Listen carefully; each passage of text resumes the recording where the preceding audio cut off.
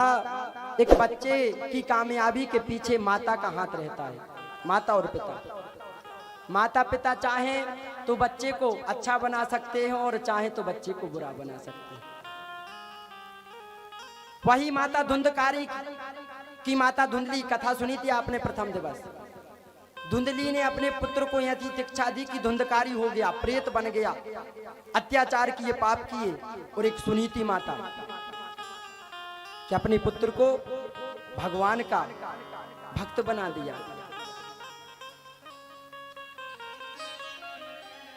तो ध्यान रखना माताओं बहनों, जितना हो सके भगवान की कथाओं को बच्चों को सुनाओ।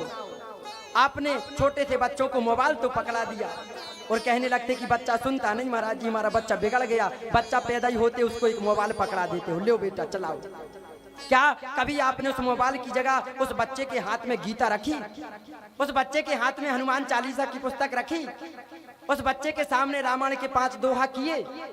और जब आप उस बच्चे के सामने जैसा करोगे तो वैसा ही वो सुनेगा।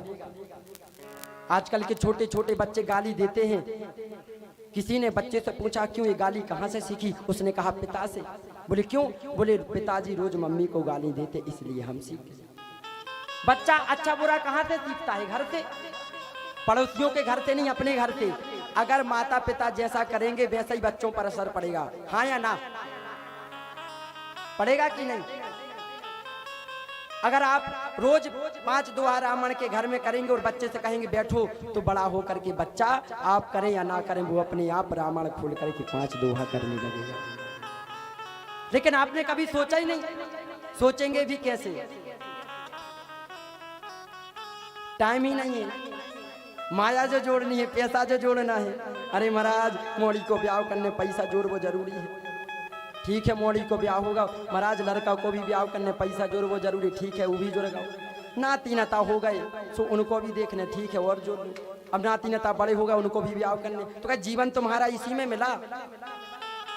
उसके लिए भी तो कुछ करो जिसने तुम्हें ये मानव तन दिया है, ये सुंदर शरीर दिया है। ये शरीर केवल खाने सोने के लिए नहीं दिया। मैया ध्यान रखना, अगर खाने सोने के लिए दिया होता तो सोते हम भी हैं, सोता कुत्ता भी है, खाते हम भी और खाता कुत्ता भी है। लेकिन फर्क क्या है? फर्क ये है कि कुत्ता हमारे जैसे बैठकर भगवान का भजन नहीं कर सकता, भगवान की कथा नहीं सुन सकता, लेकिन हम सुन सकते हैं। इसलिए मेरा निवेदन आपसे, बच्चों को माया जोड़ने के लिए मत पढ़ाओ। अरे बच्चे बड़े होकर तुम्हें नौकरी मिलेगी, तुम नौकरी करना, पैसा कमाना। बच्चों को पैसा कमाना मत सिखाओ, बच्चों को संस्कार दो। अगर संस्कार दे दिए तो बच्चा आपका कभी भूखा नहीं मरेगा, कभी इस संसार में दुखी नहीं रहेगा। डिग्री दो अथवा ना दो, नौकरी दो अथवा ना दो, लेकिन अपने बच्चों को अच्छे संस्कार दो। अगर आपने अपने बच्चों को अच्छे संस्कार दे दिए तो बुढ़ापे में वो आपके काम आएंगे।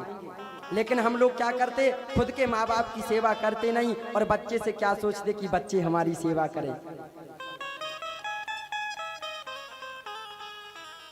और बोया पेड़ बबूल का तो आम कहाँ से हो। अगर बबूल का बीज डालोगे जमीन पर और सोचो कि इसमें से आम उग जाए, तो क्या ये संभव है? नहीं।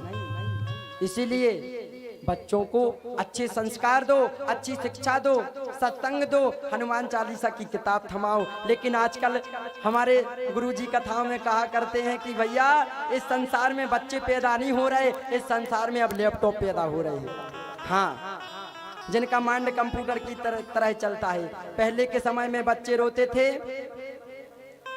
तो किसी ने कहा बच्चा रो रहा, माँ क्या स्तनपान कराओ, दूध पिलाओ। लेकिन आज के समय में, प्रेजेंट टाइम में बच्चा रोता है तो क्या कहते हैं?